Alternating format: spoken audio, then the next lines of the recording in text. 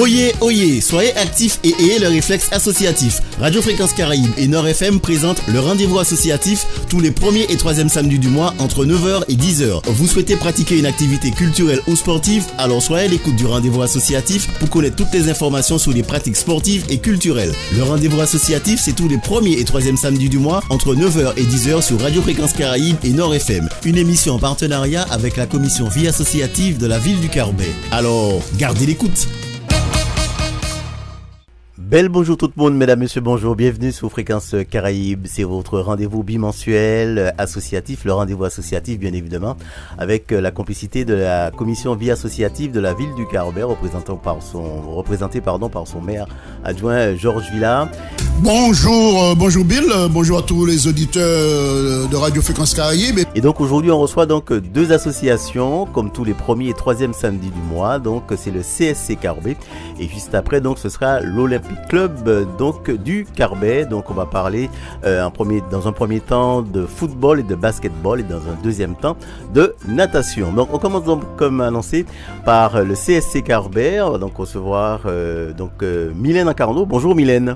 Bonjour Bill. Bienvenue donc au studio de Radio Fréquence Caraïbe pour le rendez-vous associatif. Et puis donc Laurent Larade qui représente la partie basket. Bonjour Laurent. Oui, bonjour à tous, bonjour aux auditeurs de Fréquence Radio Carbet. C'est Fréquence Caraïbe, c'est ça? C'est ça. Et Bill, bonjour. Bienvenue donc pour le rendez-vous associatif, honneur aux dames, Mylène. Donc le CSC, donc est-ce qu'on peut d'abord faire un petit historique du CSC brièvement, Mylène? Alors un historique brièvement, donc je parlerai juste de la partie où moi je suis arrivée au CSC, donc de 2018 jusqu'à maintenant. Donc je suis arrivée en tant que secrétaire, invitée par Monsieur Villard lors d'une assemblée générale. Et j'y suis jusqu'à maintenant à laquelle je faisais des demandes de licence pour les seniors et les petits, toutes les sections que nous avions. Et jusqu'à maintenant, ça se passe pour le mieux avec les enfants. Très bien. Alors, tu disais justement, c'est avec Monsieur Villard, mais est-ce que déjà tu avais l'envie, la passion du domaine associatif et spécialement dans le football? Pas du tout. Là, c'était ma première expérience. Donc, j'ai dit pourquoi ne pas. En plus, je travaillais pas, donc j'ai donné de mon temps. Et jusqu'à maintenant, maintenant je travaille, mais je donne toujours un petit peu de mon temps à l'association. Très bien. Alors, on sait que le football, ça fonctionne par saison, hein, donc la saison a commencé, il est déjà d'ailleurs bien entamé. Est-ce qu'on peut faire un bilan à mi-parcours de la partie football du CSC? Un bilan, il ne sera pas très long dans la mesure où nous n'avons qu'une seule section, c'est école de foot. Ce sont les petits de 5 ans à 11 ans qui évoluent et on a aussi U13 en entente avec le Morne-Vert pour laquelle on a jumelé nos joueurs, manque d'effectifs pour en faire une. Donc en gros c'est ça, mais sinon ça se passe. On a des plateaux sportifs qui se déroulent en général le samedi sur la côte Caraïbe. Et ça se passe pour le groupe assez bien. Alors, comment expliquer, Mylène, justement, tu disais que vous n'avez qu'une section engagée. Avec une section engagée, est-ce que les jeunes ne sont plus intéressés par le football? Le pourquoi du comment, c'est quoi exactement? Le pourquoi du comment, je dirais plutôt qu'au niveau administratif, pas administratif, au niveau de la mairie, on dira ainsi. Il y a beaucoup de difficultés sur le terrain, puisque je suis plus une femme de terrain, donc je suis j'étais avec les grands et maintenant avec les petits, les seniors et maintenant avec les petits.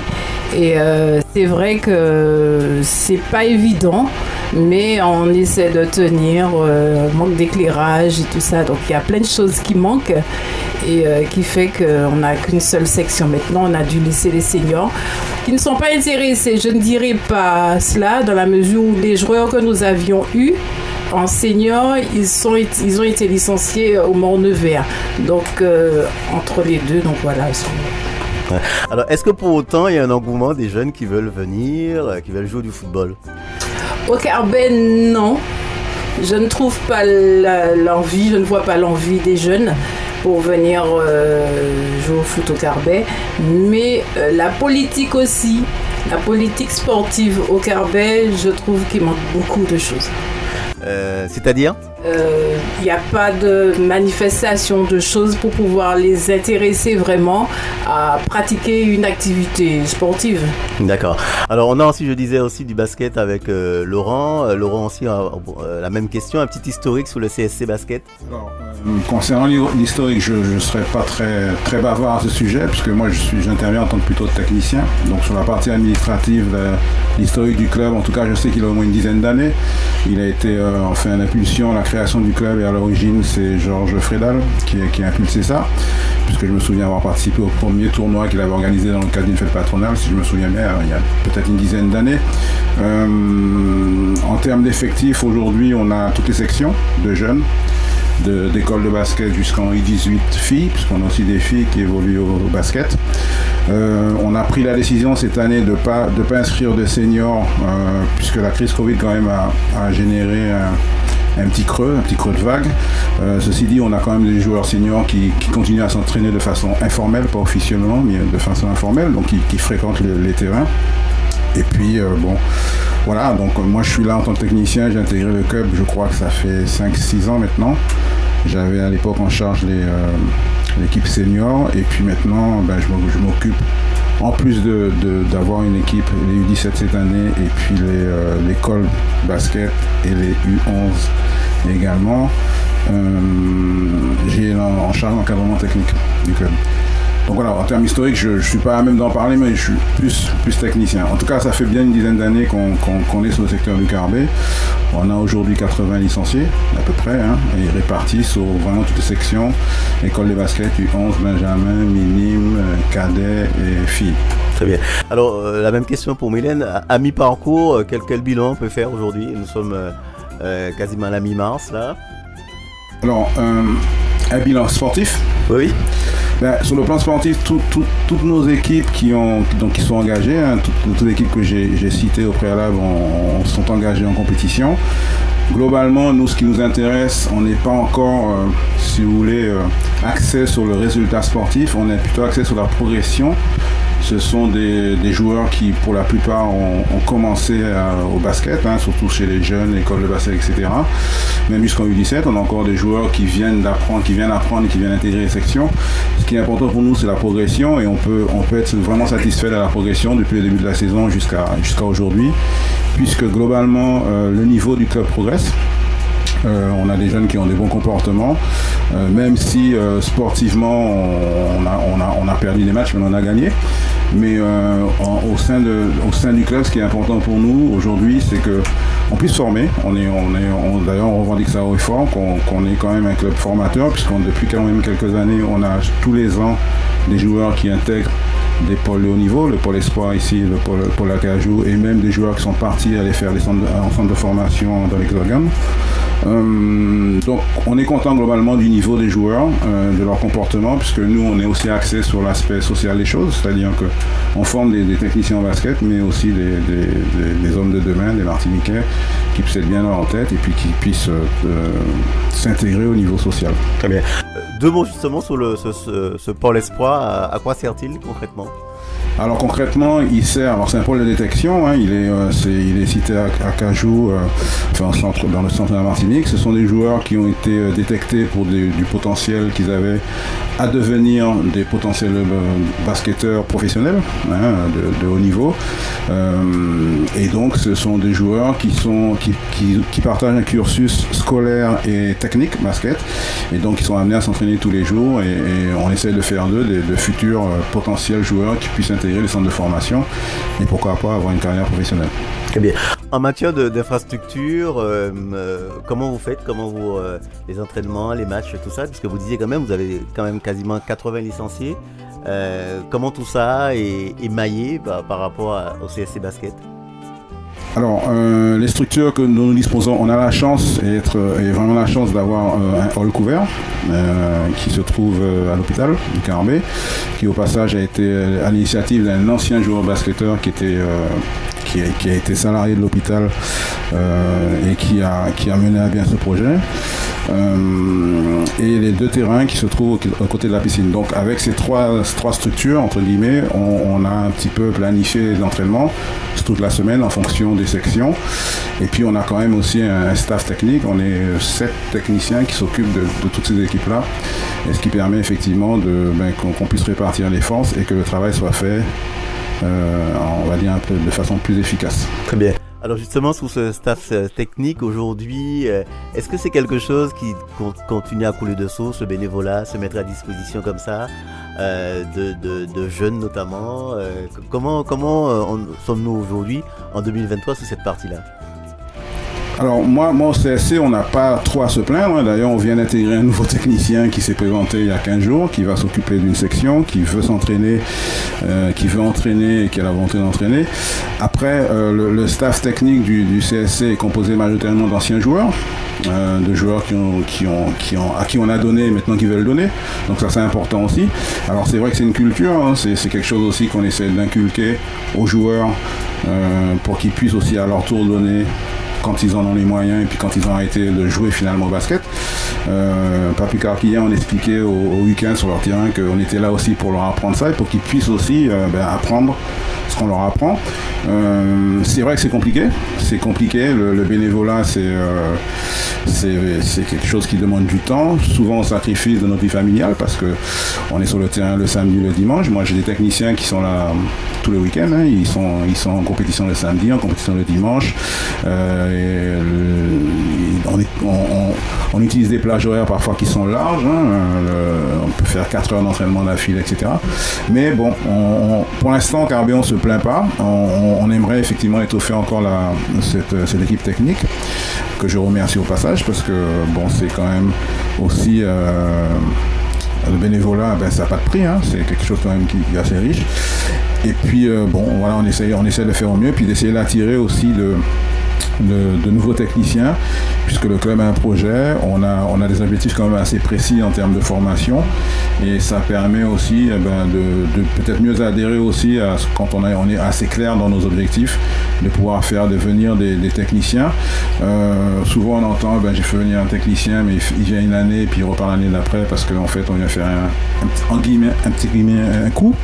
Nous on est plutôt sur du moyen long terme, on travaille sur des projets techniques à moyen long terme, on a des objectifs pour nos sections, des objectifs sur les sections filles notamment. On veut essayer de développer le basket féminin dans la zone. On a des objectifs sur les jeunes, etc. En tout cas, toutes les catégories, on sait où on va. On y travaille, c'est pas facile, mais en tout cas, les objectifs sont assez clairs à notre niveau. Ouais. Mylène, c'est aussi à peu près la même chose en matière de la section CSC football. Oui, c'est pareil, le bénévolat, c'est pas évident, c'est pas facile. Sur le terrain, nous avons M. Daclina Daniel qui chapeaute l'école de foot du Carbet, l'école de foot du Morne-Vert ainsi que les seniors du Morne-Vert. Donner de son temps, c'est vrai que c'est pas donné, c'est pas tout le monde qui en veut, mais il faut aimer. Moi, je dis qu'il faut plus aimer pour pouvoir intégrer une association. Alors, tu disais cette année, donc il n'y a que l'école de foot qui est engagée. Comment ça se déroule ? Comment ça se passe ? Donc, nous avons 2 jours d'entraînement, le mercredi et le vendredi après-midi de 17h à 19h. Quelquefois, une fois par mois, nous avons un plateau sur une commune de la Côte-Caraïbe. Comme aujourd'hui, on se rejoint à Bellefontaine pour un plateau qu'ils organisent, qui organise l'étendard. Donc, et le 25, chez nous, au Carbet, nous organisons aussi notre plateau technique. Alors, lorsqu'on entend école de foot, il y a école, mais qu'est-ce qu'ils font les gamins concrètement ? Concrètement, ils apprennent, c'est une école, c'est comme à l'école. Ils apprennent à jouer au foot, à se placer, à frapper dans un ballon, et voilà, c'est tout ça qui fait que prennent de la graine, comme on dit, pour pouvoir intégrer la section plus élevée. Ouais. Alors, il y a des rencontres. C'est quoi? C'est des rencontres interclubs. Ils se rencontrent, c'est ça? C'est des matchs qui jouent? C'est des matchs qui jouent, mais dans l'idée il n'y a pas de trophée, il n'y a pas de récompense, c'est histoire de s'amuser. Donc, toutes les communes se rejoignent et puis par les mêmes sections, on se dispute quelques matchs et puis voilà, histoire de s'amuser. Très bien. Alors, au niveau donc du comité, est-ce qu'on peut présenter en 2 mots le comité du CSC qui compose ce comité? Alors, il y a Monsieur Georges Frédal, qui est le président, du CSC, Madame Métinoff, Muriel. Il y a 2 démissionnaires, Monsieur Villard aussi, qui est assesseur, qui fait la diffusion des messages et tout ce qui s'ensuit. Et Monsieur Dakina, voilà. Très bien. Et moi. Très bien. Alors, on sait que le Carbet, je ne sais pas si on dit ça toujours, l'une des meilleures pelouses de la Martinique. Qu'en est-il aujourd'hui de cette pelouse, de cette fameuse pelouse que tout le monde voulait jouer d'ailleurs, venir jouer? Mais la pelouse, elle est là. En ce moment, il fait très chaud, donc elle commence un peu à se dessécher. Mais elle est toujours en bonne santé, on dira. Très bien. Alors, si on doit se projeter, donc on disait qu'on est quasiment à mi-saison, donc je parle en matière de football, on reviendra dans un instant avec le basket. Le comité dont tu parlais, notamment mené par le président Georges Frédal, est-ce que vous vous projetez déjà pour la saison prochaine, peut-être pour engager d'autres sections, d'autres équipes? Nous y avons pensé d'engager d'autres sections, surtout les seniors, mais on attend encore de voir s'il y a des jeunes qui veulent vraiment, parce qu'il faut vraiment vouloir pour pouvoir se lancer et puis voir si on peut engager une équipe senior l'année prochaine. Comment justement motiver les jeunes? Est-ce que vous faites du bouche à oreille, vous allez dans leurs écoles? Comment ça se passe si vous voulez justement, envie de dire, relancer la machine football au Carbet? Relancer la machine dans les écoles, c'est comme ça que nous procédons, mais il y a aussi le bouche à oreille qui fonctionne très très bien et c'est ainsi que nous avons pu quand même recruter une bonne partie de nos jeunes, nos petits à l'école de foot. Très bien. Laurent, c'est à peu près la même chose, les fameux 80 licenciés, comment ils viennent jouer au basket, qu'est-ce qui leur plaît d'ailleurs dans ce sport? Alors, plusieurs aspects, c'est vrai qu'on utilise les mêmes stratégies que le football, mais on a quand même le seul club dans le Nord-Caraïbe qui pratique du basket. Donc déjà, on a cet avantage concurrentiel, entre guillemets, qui nous permet effectivement d'avoir des jeunes. On a des jeunes du Mont-Rouge, de Saint-Pierre, Mont-le-Vert, Bellefontaine, etc. Donc ça permet effectivement d'avoir un effectif assez conséquent. Maintenant, la stratégie, elle est comme toutes les sections sportives, hein. Ça fonctionne par la bouche à oreille, beaucoup maintenant les réseaux sociaux. Et puis aussi la qualité du travail, parce que ça aussi, il faut pas qu'on ait peur de le dire. Il y a un travail qui est fait au Carbet, d'ailleurs, qui est reconnu, en termes de formation de joueurs.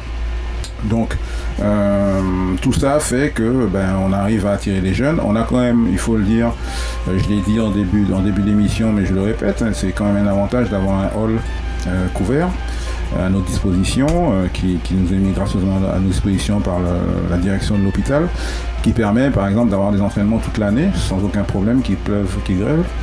Et ça c'est une richesse qu'on essaie d'exploiter au maximum.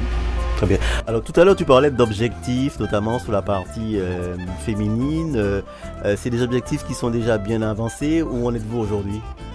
On a déjà une équipe filles U18, donc c'est les jeunes filles qui sont au lycée.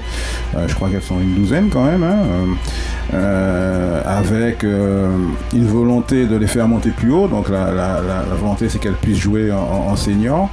On a déjà en place une formation qui commence avec des jeunes filles, des benjamines notamment, etc., avec des potentiels intéressants.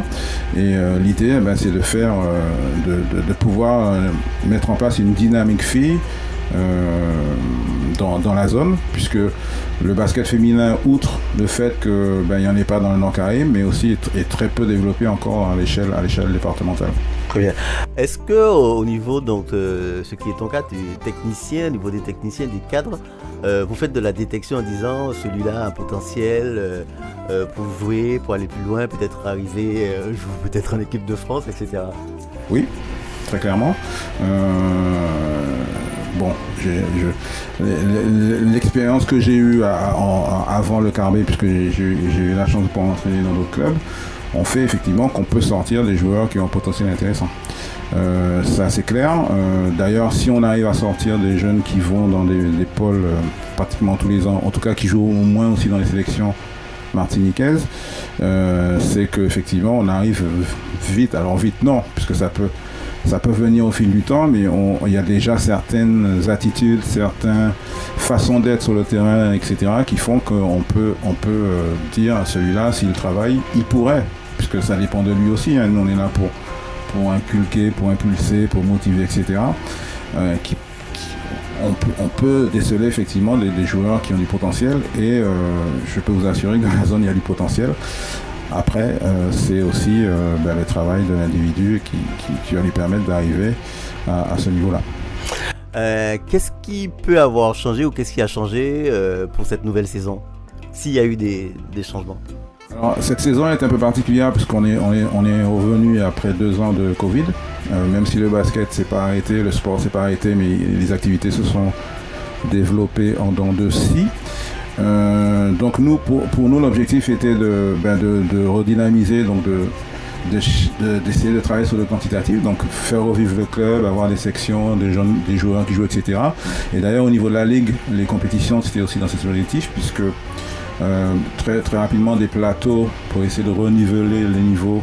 Attends, j'ai fait un mot d'ordonnance. Pour reniveler tout ça, permet justement, surtout aux joueurs de retoucher le ballon et puis d'échanger, de jouer, etc. C'est ce qui a changé.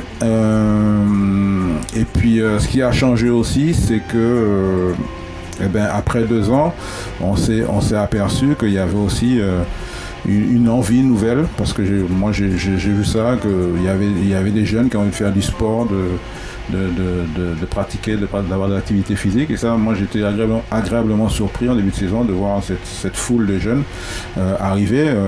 À l'école de basket, on a été obligé de cisailler des séances pour pouvoir faire un travail qualitatif, parce qu'on s'est retrouvé avec un effectif assez conséquent. Mais moi, on s'en plaint pas, c'est super, mais c'était juste une question d'organisation. Mais voilà, c'est ce qui a un petit peu changé. Après, on est dans la dynamique du basket. Le basket, effectivement, évolue, on essaie d'évoluer avec lui. Et puis, on est très content d'avoir tous ces jeunes. Et puis, c'est surtout on remercie les parents de nous faire confiance et de mettre à la disposition des joueurs, parce que sans joueurs, on peut rien faire. Justement, tu me tends la perche.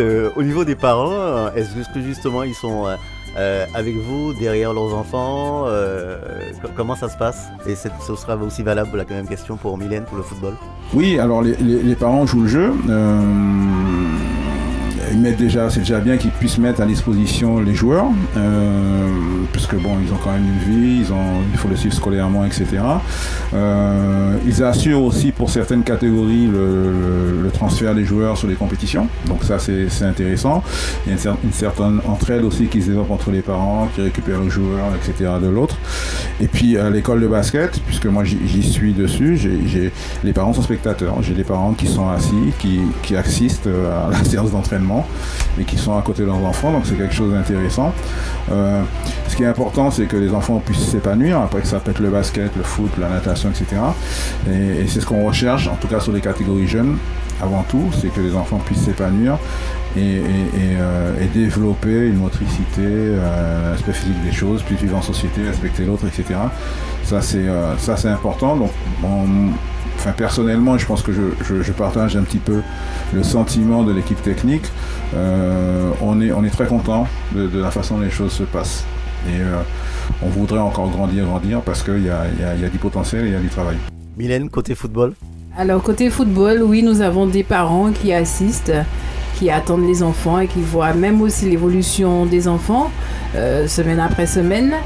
qui participent aussi au goûter, parce que nous faisons des goûters aussi quelquefois le mercredi ou le vendredi. Donc ils participent et c'est tout bénef, ils sont tout contents. Très bien. Est-ce que justement, la même question que Laurent tout à l'heure, bon, c'est encore une école de foot, mais il y a aussi parfois des détections d'un joueur, voilà. Et est-ce que aussi, l'autre question, deux questions en une, un jeune qui peut commencer, par exemple latéral gauche, peut finir milieu de terrain parce que par rapport justement à la détection du potentiel, est-ce qu'il y a ce travail-là aussi qui est fait? Oui, il y a ce travail-là qui est fait à l'école de foot où on arrive à déceler un peu les enfants qui ont une capacité d'être latéral ou défenseur. Et pour répondre à ta question aussi, en ce moment, il y a une détection.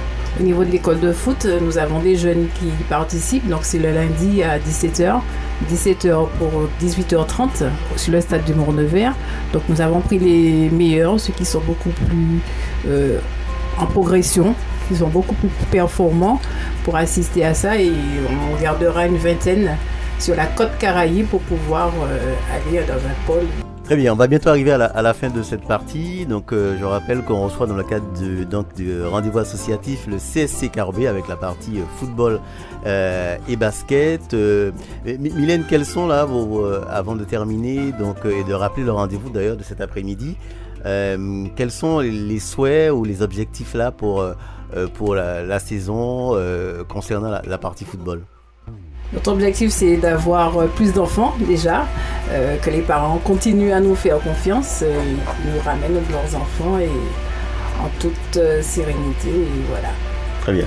Et rappelle le rendez-vous. Et le rendez-vous de cet après-midi, c'est sur le stade de Bellefontaine, avec toute la côte Caraïbe.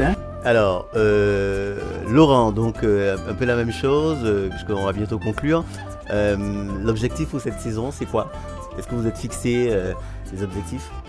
Alors nos objectifs ne sont pas forcément sportifs, mais nos objectifs sont plutôt en termes d'apprentissage et en termes d'évolution et par rapport à la feuille de route qu'on s'est fixée en début de saison sur un certain nombre de critères techniques, puisque moi je suis vraiment technicien, donc c'est un petit peu mon dada, et puis qu'on puisse participer à la compétition et puis que les joueurs puissent évoluer.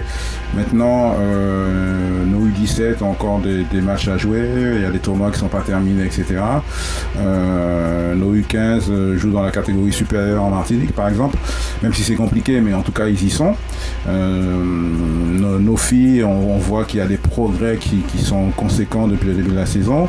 Nos jeunes font une progression extraordinaire, avec des jeunes qui s'épanouissent, qui ont un développement intéressant en termes de basket. Non, nous, très clairement, on est focus sur nos objectifs qu'on s'est fixés au CSC Carbet. Après, l'aspect sportif des choses, gagner, perdre, pour nous, c'est pas un critère déterminant. Ça deviendra peut-être un critère, mais aujourd'hui c'est pas notre critère. Ce qui est important, c'est qu'on puisse participer aux compétitions, que le club puisse avoir toutes les catégories, parce que c'est important. C'est important pour qu'on ait une bonne fondation pour stabiliser le club, puisque à partir du moment où on a toutes les catégories, à un moment pourrait émerger une catégorie senior, et c'est vraiment ça notre idée. Le fait de ne pas avoir mis de senior cette année, c'est complètement volontaire. On aurait pu, mais non, on a préféré se concentrer sur les jeunes, et je pense que c'est un choix qu'on ne regrette pas aujourd'hui. Bien. Merci Mylène, le mot de la fin, un petit mot de fin Mylène.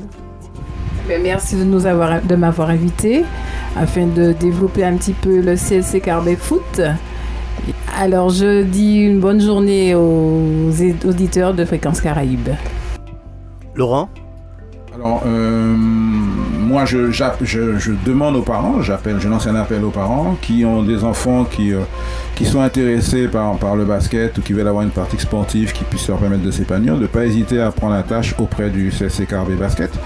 Je peux donner un numéro de téléphone, 06 oui, bien sûr. 96 05 09 09, c'est facile à retenir, afin qu'on puisse leur donner des informations.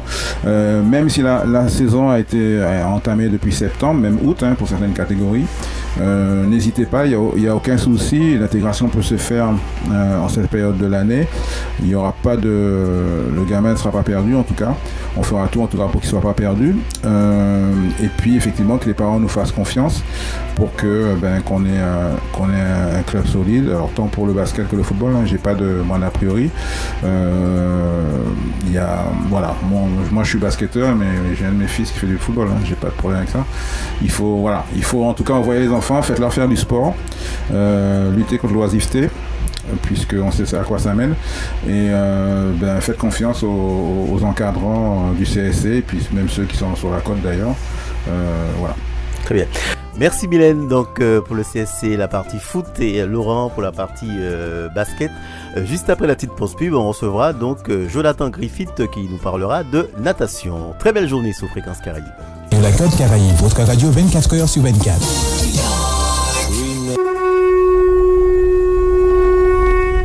Oyez, soyez actifs et ayez le réflexe associatif. Radio Fréquence Caraïbe et Nord FM présentent le rendez-vous associatif tous les 1er et 3e samedis du mois entre 9h et 10h. Vous souhaitez pratiquer une activité culturelle ou sportive? Alors soyez à l'écoute du rendez-vous associatif pour connaître toutes les informations sur les pratiques sportives et culturelles. Le rendez-vous associatif, c'est tous les 1er et 3e samedis du mois entre 9h et 10h sur Radio Fréquence Caraïbe et Nord FM. Une émission en partenariat avec la commission vie associative de la ville du Carbet. Alors, gardez l'écoute.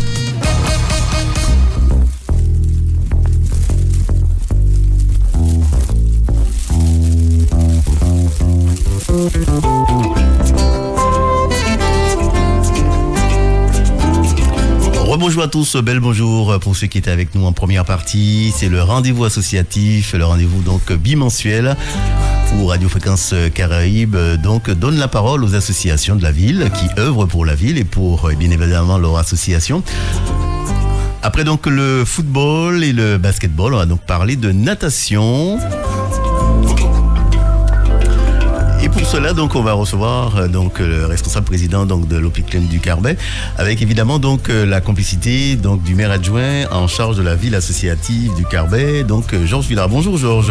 Oui, bonjour Bill, bel bonjour aux auditeurs de Radio Fréquence Caraïbe et puis les amis du Lorrain, Nord FM.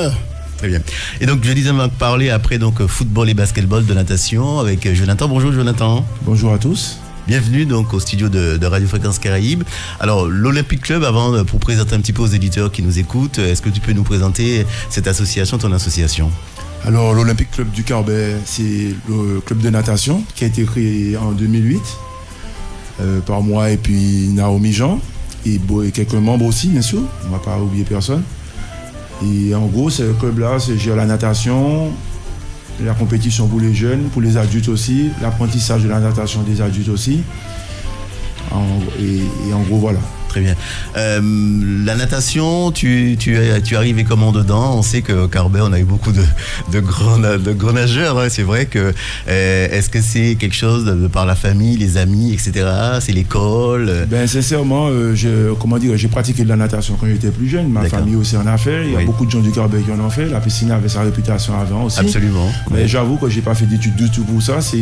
En gros, ça m'est venu de Aqualand, on va dire. Très bien. Parce que lorsqu'ils ont fait le complexe Aqualand, ils recherchaient des surveillants de baignade. Très bien. Et fraîchement sorti de l'école, diplômé, et j'avais envie de travailler en Martinique, quoi. J'ai vu que l'occasion s'était présentée de travailler dans ma commune. Et en passant ma formation de surveillant au Carbet, j'ai rencontré les frères Morin qui m'ont fait découvrir le métier de maître nageur, c'est-à-dire la version après le surveillant de baignade. Oui. Ça m'a beaucoup intéressé, quoi. Donc j'ai passé la formation pour être maître nageur. Et depuis, je suis là-dedans tout simplement, quoi.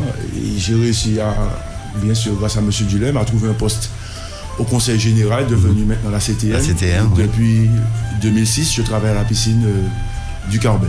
Très bien. Quel parcours on doit faire pour justement être dans ta discipline? Tu parlais tout à l'heure de formation. Alors, comme je le disais, j'ai commencé par le BNSSA, le surveillant de baignade, je m'excuse, le surveillant de baignade, c'est le SB, c'est le plus bas niveau. Après, il y a le BNSSA, c'est un surveillant de baignade un peu plus complexe, quoi, un peu plus diplômé que le surveillant de baignade. Et après, bien sûr, il y a le maître nageur, devenu maintenant le BPG. Justement, je profite de dire que bientôt, il y aura une formation de maître nageur qui vont rechercher pour le Nord Caraïbe. Cette formation va se dérouler au Carbet. Alors pour les informations, vous pouvez rentrer en contact avec M. Villard, avec moi aussi. On pourra vous donner les dossiers, les contacts si vous voulez. Quoi. Très bien. Donc pour continuer, après voilà un peu le circuit, surveillant de baignade, BNSSA et maître nageur. Formation qui se déroule où? Ça va se dérouler au Carbet. Non mais toi, le parcours de tes formations. Mon parcours, j'ai commencé la formation du surveillant de baignade, c'était à la Pointe de la Vierge. C'était à la Pointe de la Vierge. Et avec, la Ligue de natation, associée à la Jeunesse et Sport aussi, tout ça, ils avaient mis ça en place.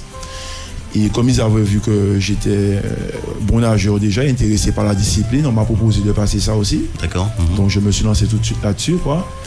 Ça a été un peu compliqué, puisque on m'a aidé quand même, puisqu'il y a un organisme qui a payé la formation pour moi. Parallèlement, je travaille à Aqualand.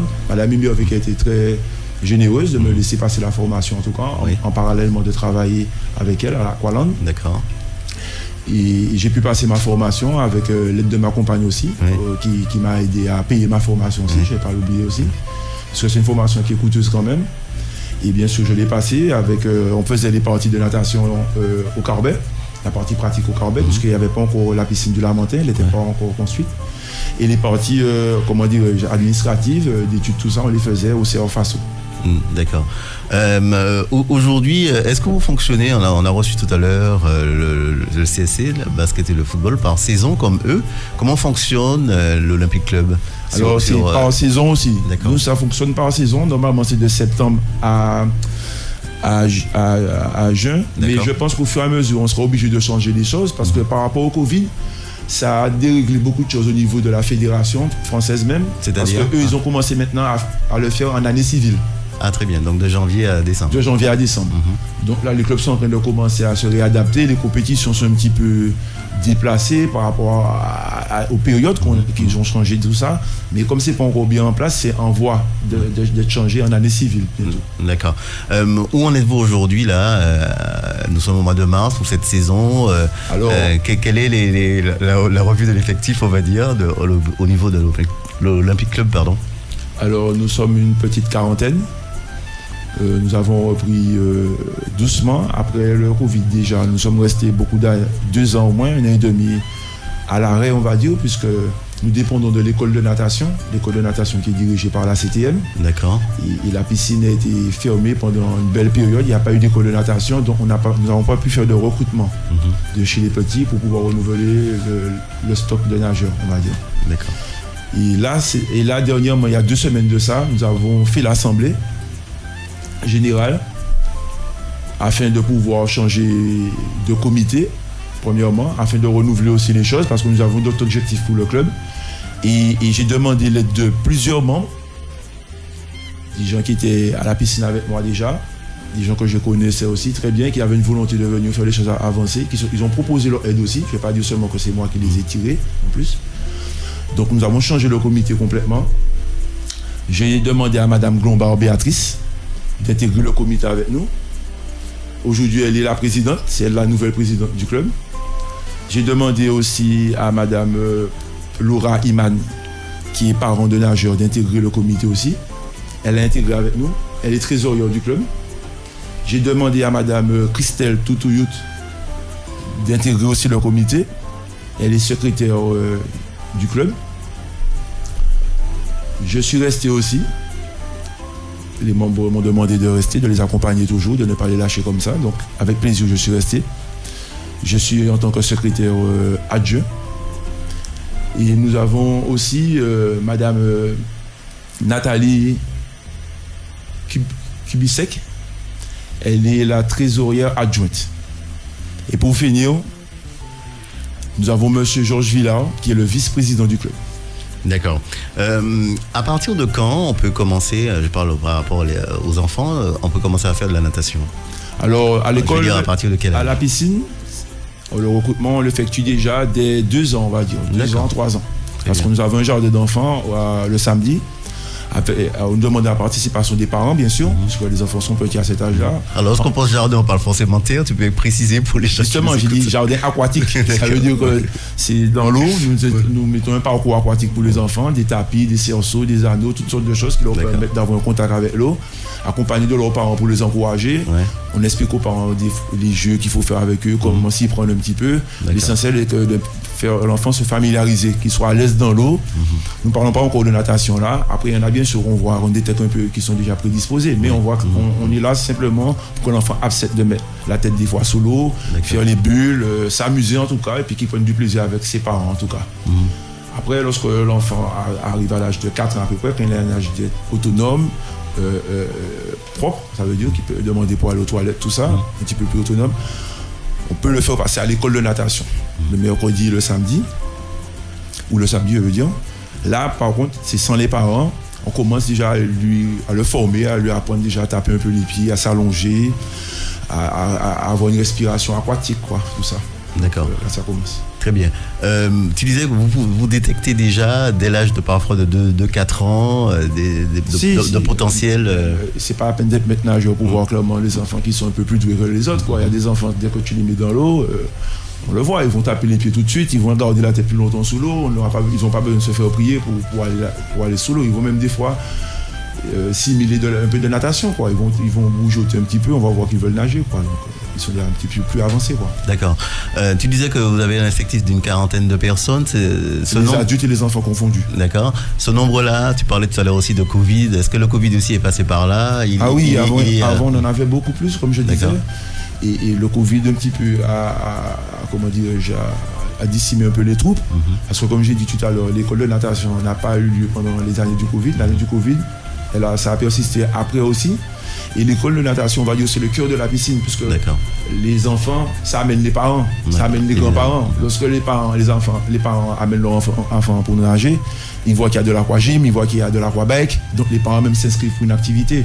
Après, il y a des fois, papy amène son petit-fils, sa petite-fille, papy voit qu'il y a l'aquagym aussi pour les personnes âgées, il va venir lui-même s'inscrire, papy, mamie aussi, tout ça, et puis ça crée une vie au fur et à mesure. Mais quand les enfants ne viennent pas, les adultes, ils ne voient pas l'utilité de venir à la piscine. Très bien. On sait que le Carbet, on parle de bassin lorsqu'on parle de piscine. L'un des meilleurs bassins, j'ai presque de la Martinique, même au-delà, c'est toujours aussi l'actualité. Alors nous, ce qui crée notre beauté, comme tu dis là, les plus beaux bassins, on va dire que nous, c'est notre environnement. Nous, notre environnement, on a aussi l'équipe de France qui est passée dernièrement là. On a aussi l'équipe de France en e-sport aussi. On a le Canada qui arrive bientôt. Eh bien, eux, ils veulent vraiment plus venir au Carbet plutôt qu'à l'Olamantin. Ils n'ont pas envie d'aller en ville, on va dire. Ils veulent être dans la nature. Il y a la mer à côté parce que ça leur intéresse d'aller nager en mer aussi. Il y a le stade aussi. Ils font des entraînements sur le stade. Et nous avons aussi une salle de muscu au Carbet qui n'est pas super neuve, mais elle est assez complète en tout cas. Et eux, ça les intéresse tout cet ensemble-là.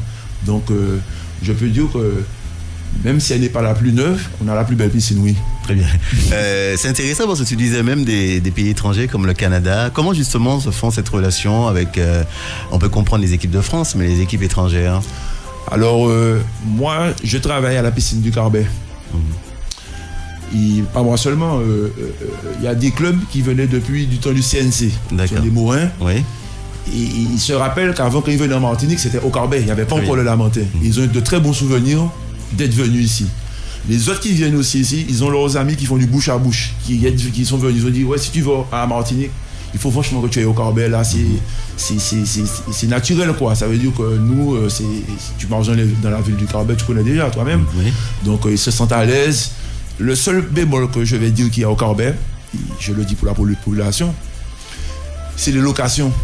Après la fermeture du Marouba, tout ça, pour les équipes, c'est très compliqué pour eux de trouver des hébergements. Nous avions l'ancien centre d'hébergement. Tout le monde me pose la question, c'est quoi ce truc-là? Pourquoi c'est pas activé? Ils trouvent ça dommage, quoi, qu'il n'y ait pas ce truc-là. Bon, j'essaie de leur expliquer un petit peu que, bien sûr, le maire a trouvé les fonds, monsieur le maire, je veux dire, retrouver les fonds pour rénover les choses, mais bien sûr, il y a eu des délinquants qui ont vandalisé les lieux, ça a un peu retardé les choses. Là, on est en train de se battre pour essayer de relancer le truc.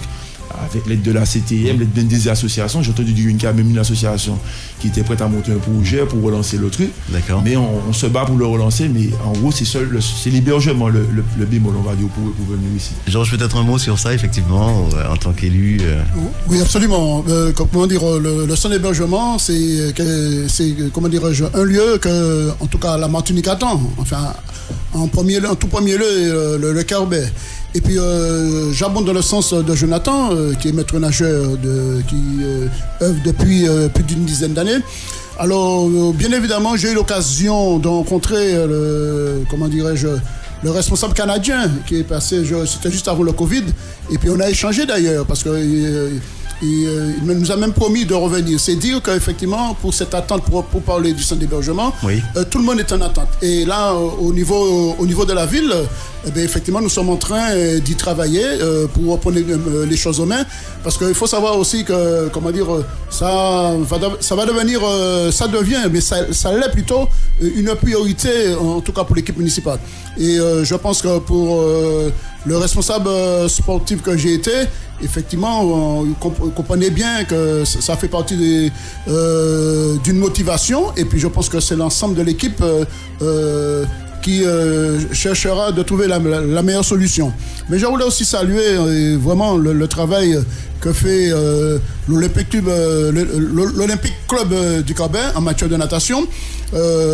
Parce que je vois, donc le travail qui est entrepris, et puis surtout l'équipe, sous cet enthousiasme, cet engagement, l'abnégation de tout un chacun qui essaie d'apporter du lien au sein de cette activité. Alors, je ne peux que les saluer.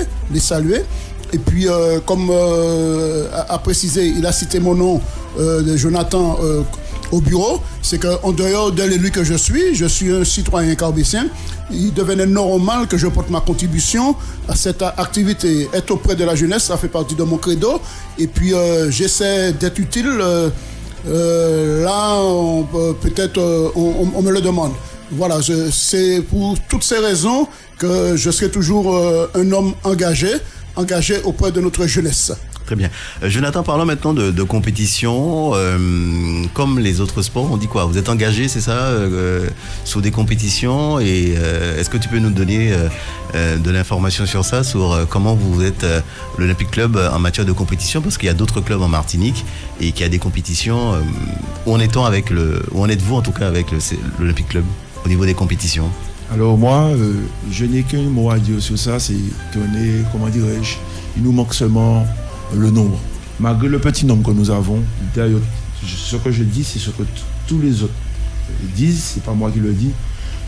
Nous avons la qualité et nous avons les résultats. C'est vrai qu'on n'arrive pas avec 150 nageurs, une troupe de nageurs, une troupe de parents, les banderoles, tout et tout, comme certains clubs. J'aurais aimé que nous arrivions comme ça, je ne le dénigre du tout pas. Alors l'appel est lancé pour les parents. Mais sincèrement, je me dis que, vu la population que nous avons dans le Nord, je ne vais pas parler du Carbet seulement. Oui. C'est vrai que la piscine elle est située au Carbet. Justement, il y a d'autres clubs de natation par rapport au Carbet, ou bien vous êtes le seul sur la Justement, nous sommes le seul club de natation dans le Nord Caraïbe. On va dire. Oui, dans le Nord Caraïbe. Donc je me dis qu'avec la population que nous avons, allant du Prêcheur, du Morne-Rouge, Saint-Pierre, Bellefontaine, voire juste même Cacasse-Pilote, je pense que nous pouvons avoir une population de nageurs qui peut rivaliser avec le nombre des plus gros clubs de Martinique aussi, quoi. Surtout, quand je dis ça, c'est pas seulement pour faire le nombre. Je parle aussi de qualité, de sélection. D'ailleurs, nous participons à pratiquement toutes les compétitions qui ont lieu. Des petits, on appelle ça chez nous les avenirs, des jeunes aussi, pour aller jusqu'aux grands. Chez les petits, nous avons de très bons résultats. Il y a eu une course en mer qui s'est déroulée dernièrement. Nous avons eu des médaillés. Pratiquement à chaque compétition que nous avons toujours des médaillés. Il y a eu la sélection pour les Carifta Games. Le club, je ne vais pas dire j'avais, nous avions un seul nageur engagé là-dessus. Nous n'avons peut-être pas 200 nageurs, nous avions un seul, et le seul que nous avons a réussi à faire partie de la sélection en tout cas, avec de très bons résultats. Donc il partira pour Curaçao. Oui. Alors c'est pendant les vacances de Pâques. Pendant les vacances de Pâques. D'accord. Tu peux préciser pour les autres qui nous écoutent les Carifta Games? Alors les Carifta Games, c'est une compétition qui se déroule dans la Caraïbe, qui engage les pays de la Caraïbe.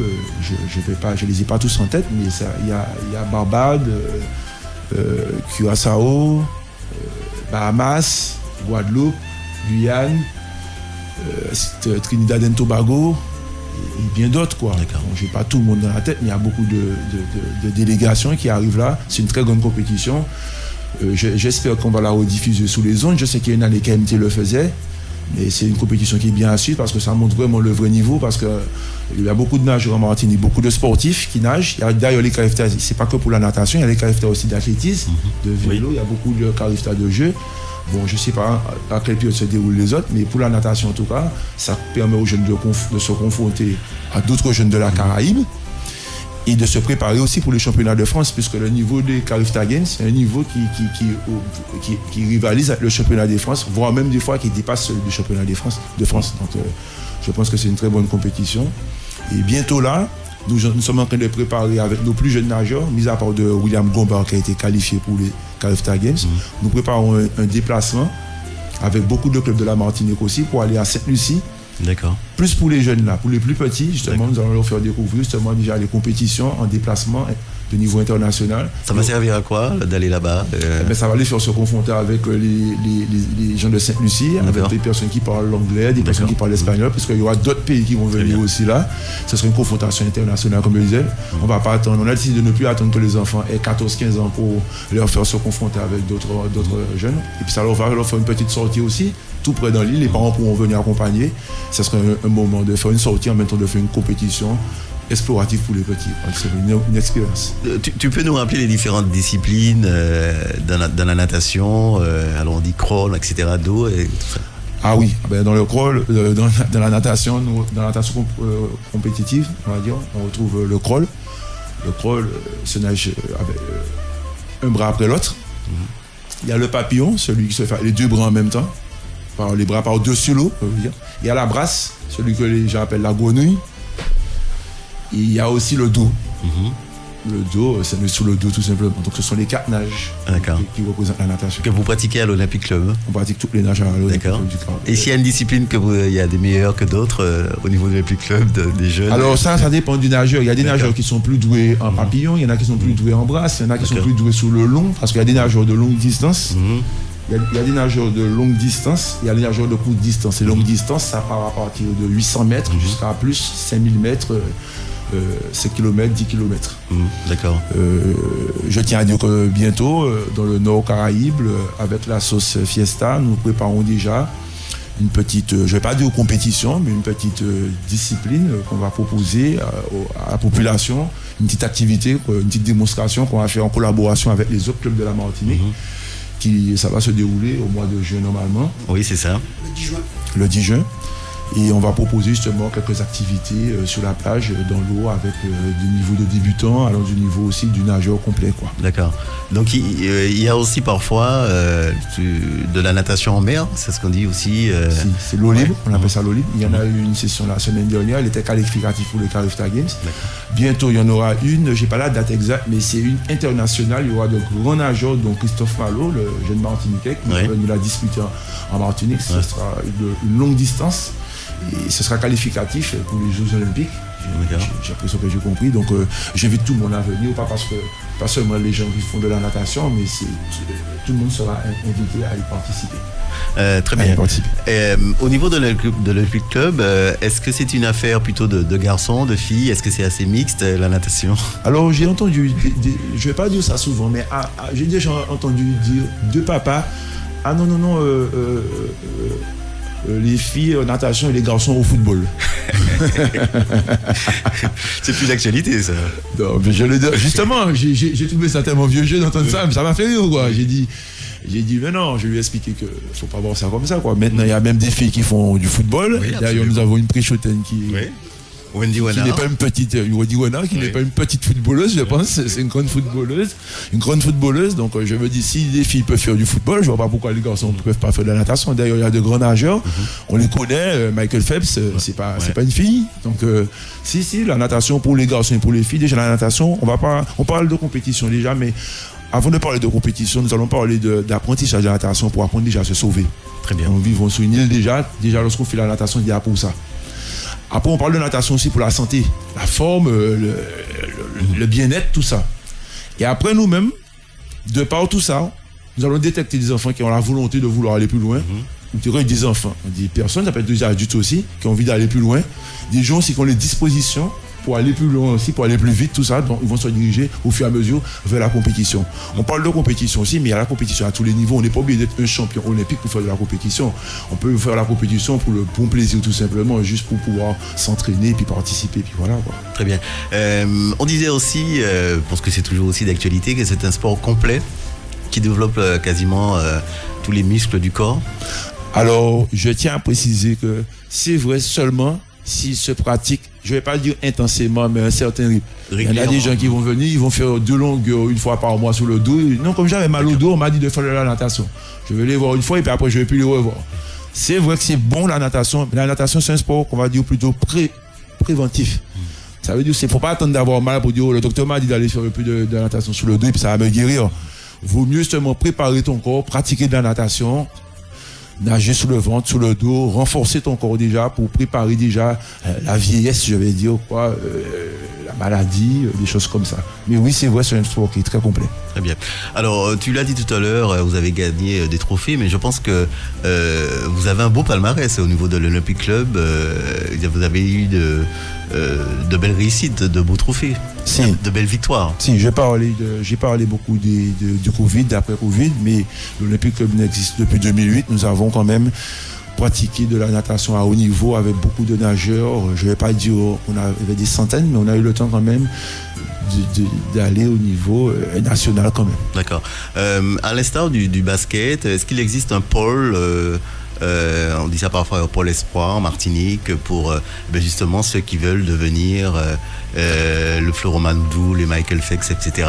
Alors il y en avait un, mais cette année ils ont décidé de ne pas le relancer. D'accord. Cette année, ils ont décidé d'abord de réfléchir à comment réorganiser les choses. Très bien, ouais, parce que tu disais que c'est par rapport à l'année civile, il y a des choses qui sont... Il y a déjà par rapport aux années civiles, il y a beaucoup de choses qui ont changé. Il y a aussi surtout le problème de, comment dirais-je, est-ce qu'on installe le pôle à la piscine du Lamentin ou à la piscine communautaire, d'accord. Est-ce que le lycée d'Acajou est d'accord à adapter les créneaux scolaires pour les sportifs, pour les nageurs? Est-ce que ce sera la piscine de Bellefontaine qui va adapter? Il y a beaucoup de choses à mettre en place avant de faire ça aussi. Donc, je sais que la Ligue y travaille fortement en collaboration avec les clubs. D'accord. Est-ce que si des parents qui nous écoutent là, intéressés, ils peuvent toujours venir avec leurs enfants ou bien les inscriptions sont closes une fois que la saison a commencé? Alors là encore, comme nous sommes à Londres, aux antennes, je peux aussi préciser parce que j'ai rencontré des gens dernièrement qui m'ont même dit « Ouais, mais quand est-ce que la piscine réouvre ?» Elle est ouverte. Elle est ouverte. Ça fait un moment. C'est vrai qu'ils n'ont pas fait la pub. C'est vrai qu'on est resté longtemps fermé. C'est vrai qu'il y a beaucoup de gens qui se sont pointés l'année dernière, même en janvier l'année dernière. C'est ouvert, c'est pas ouvert, ça ouvre pas au public, ça ouvre qu'aux écoles. Je sais, je reconnais tous ces trucs-là. Mais au jour d'aujourd'hui où je vous parle, la piscine est ouverte. Il y a des activités qui s'y passent. Là, je parle de la piscine et je parle maintenant aussi du club. Le club aussi fonctionne. Je l'ai dit tout à l'heure, il a été recruté au niveau du comité. Il y a des cours qui sont dispensés. Il y a l'école de natation le samedi. Aujourd'hui, là, alors que je vous parle, il y a des cours d'aquagym, d'aquabec qui sont disposés là. Il y a le jardin aquatique aussi. En gros, la piscine fonctionne. On reçoit les écoles, elle fonctionne. Très bien. Et comment ça se passe les autres jours? Tu parlais actuellement le samedi. Comment se déroulent les autres activités sur la semaine? Alors, il y a un planning. Je ne l'ai pas en tête exactement. Mais il y a un planning d'activité qui est proposé. D'accord. On propose, comme j'ai dit, l'école de natation le mercredi et le samedi. Il y a aussi l'aquabec. L'aquabec, pour l'instant, c'est le samedi. Mais plus, justement, la population va venir, plus nous allons établir des cours pour essayer de mettre encore plus de cours pour répondre à la demande. Nous avons aussi des cours d'aquagym le mercredi et le vendredi et le samedi aussi. Nous avons des cours d'aquagym pour les personnes âgées aussi. Et nous avons aussi des cours de natation pour les enfants et pour les adultes aussi. D'accord. Voilà en gros. Très bien. Alors pour 2 mots pour revenir, pour repréciser aux éditeurs qui nous écoutent, sur les horaires de la piscine, hormis l'Olympic Club. d'une manière générale puisqu'on rappelle que la piscine est ouverte pour ceux qui souhaitent pratiquer donc de la natation. Alors, ceux qui veulent pratiquer de la natation, le numéro de l'Olympique Club, c'est le 0696 98 45 46. Très bien. C'est le numéro de la présidente. Donc, elle pourra vous renseigner. Elle pourra même peut-être vous rediriger vers la secrétaire. Oui. Et il y a aussi le numéro de la piscine, parce qu'il y a l'Olympique Club du Carbet et il y a la piscine territoriale. Très bien. Qui propose l'école de l'aquagym et l'aquabike. Alors pour ces activités-là, c'est le 0596 55 45 00. Très bien, ça c'est pour la piscine territoriale, hein, on rappelle pour ce numéro-là. Oui. Pour pratiquer donc des différentes disciplines. Et s'il y a un souci, vous pouvez directement venir à la piscine le mardi de 8h jusqu'à 16h, 17h même. Le mercredi de 9h jusqu'à 18h. Le jeudi de 8h jusqu'à midi. Et le vendredi de 8h à 18h. Et le samedi aussi, excusez-moi, de 8h à midi. On est joignable à la piscine, vous pouvez monter directement, il y aura des personnes sur place qui pourront vous recevoir.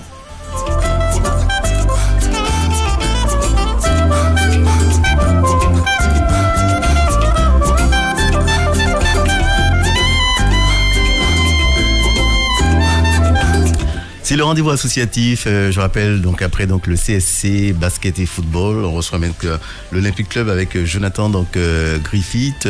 Jonathan, est-ce qu'il y a à chaque fois, on va bientôt terminer, est-ce que vous fixez des objectifs par saison, comment se déroule, comment vous voyez à chaque fois les saisons? Alors, bien sûr, on se fixe des objectifs par rapport à ce qu'on a fait la saison passée.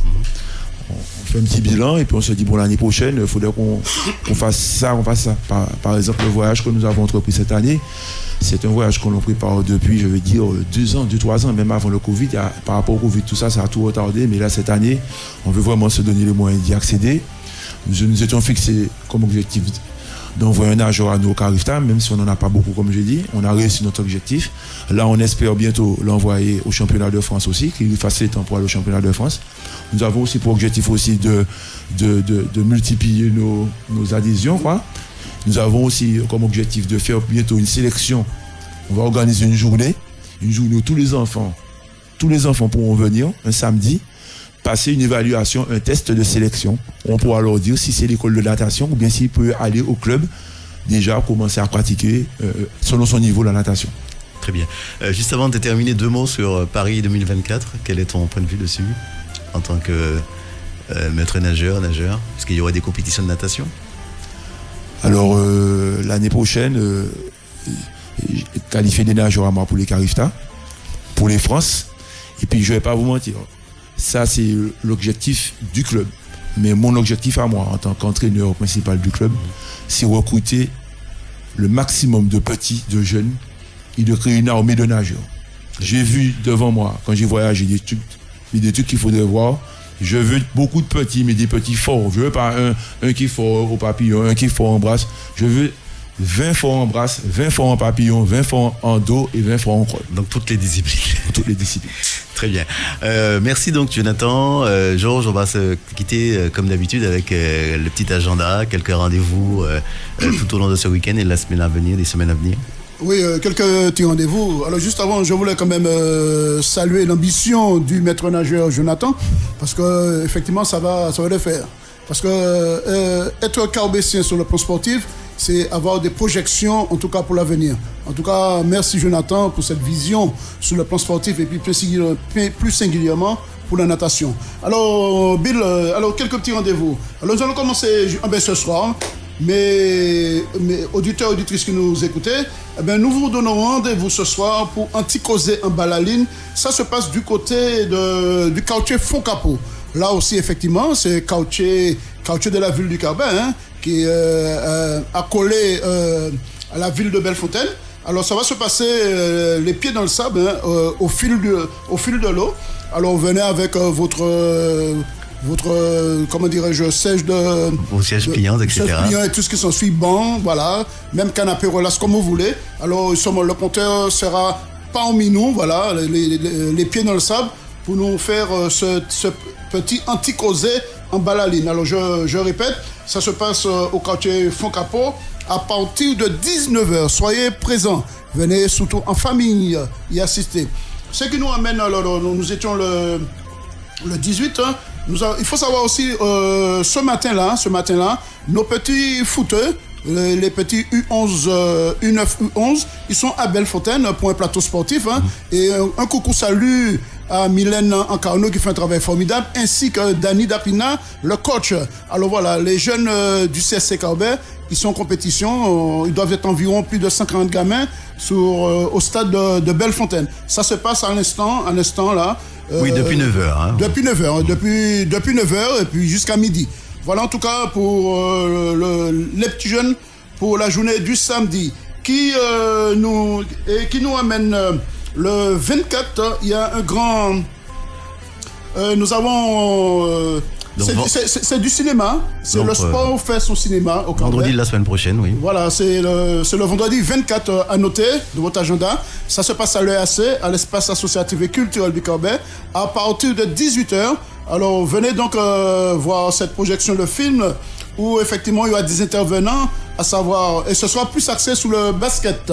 Sur le basket, nous aurons 2 intervenants, à savoir le responsable du club de basket, Georges Frédal, qui est entraîneur du basket, ainsi que Marine Sage, qui est la réalisatrice de documentaires. Alors soyez présents, je me répète, ce vendredi 24 à l'EAC, espace associatif et culturel du Carbet, à 18h, qui nous amène le lendemain.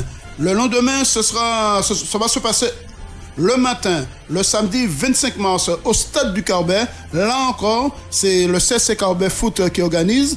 Et là, un plateau sportif pour les U9, U11 qui va se dérouler de 8h à midi. Où déjà, l'assaut de Saint-Pierre s'est déjà inscrit, Bellefontaine inscrit, Chelcher inscrit, le Mont-Nevers inscrit, le Casse-Pilote aussi, Carbet bien évidemment, et le Mont-Rouge. Alors, notez dans votre agenda samedi 25, dès le matin 8h jusqu'à midi, venez encourager nos petits jeunes pousses footballeurs. Et puis dans l'après-midi, alors on revient à l'espace associatif et culturel du Carbet pour un loto organisé par le GIDCC, un loto qui commence à partir de 15h, je me répète, à l'espace associatif. Alors il y a de nombreux lots à gagner, alors soyez nombreux à participer. Et puis je sais que c'est très fouillant pour nos seniors. Alors parents, qui m'écoutez, alors une occasion de faire sortir nos mamies, nos papis et accompagner des petits enfants, pourquoi pas, parce que c'est une rencontre très familiale. Voilà en tout cas mon cher Marco, ce que nous pouvons dire en tout cas pour ce fin de mois. Et puis juste pour signaler aux auditeurs et auditrices qui nous écoutent, vous aurez le privilège d'écouter le mois prochain pour les 2 rendez-vous ma collègue Palmon Déborah qui fut maire junior et qui aura ce plaisir de me remplacer parce que je serai hors du département durant cette période. Alors je vous demande un accueil très chaleureux et puis que ça continue. Bien évidemment, elle fait partie de la commission vie associative de la ville du Carbet. Alors, merci Marco, merci Radio Fréquence Caraïbe pour l'accueil toujours aussi chaleureux et ainsi nos amis de Nord FM qui relaient l'émission. En tout cas, merci et bon week-end à tous. Très bien, merci Georges, merci Jonathan, bonne continuation au niveau de l'Olympique Club de natation, surtout qu'on a l'un des meilleurs bassins de la Caraïbe. Merci beaucoup, très bon week-end sur Fréquence Caraïbe, à bientôt. Oyez, soyez actifs et ayez le réflexe associatif. Radio Fréquence Caraïbe et Nord FM présentent le rendez-vous associatif tous les 1er et 3e samedis du mois entre 9h et 10h. Vous souhaitez pratiquer une activité culturelle ou sportive? Alors soyez à l'écoute du rendez-vous associatif pour connaître toutes les informations sur les pratiques sportives et culturelles. Le rendez-vous associatif, c'est tous les 1er et 3e samedis du mois entre 9h et 10h sur Radio Fréquence Caraïbe et Nord FM. Une émission en partenariat avec la commission vie associative de la ville du Carbet. Alors, gardez l'écoute. Fréquence Caraïbe, 89.5, 106.6 en FM.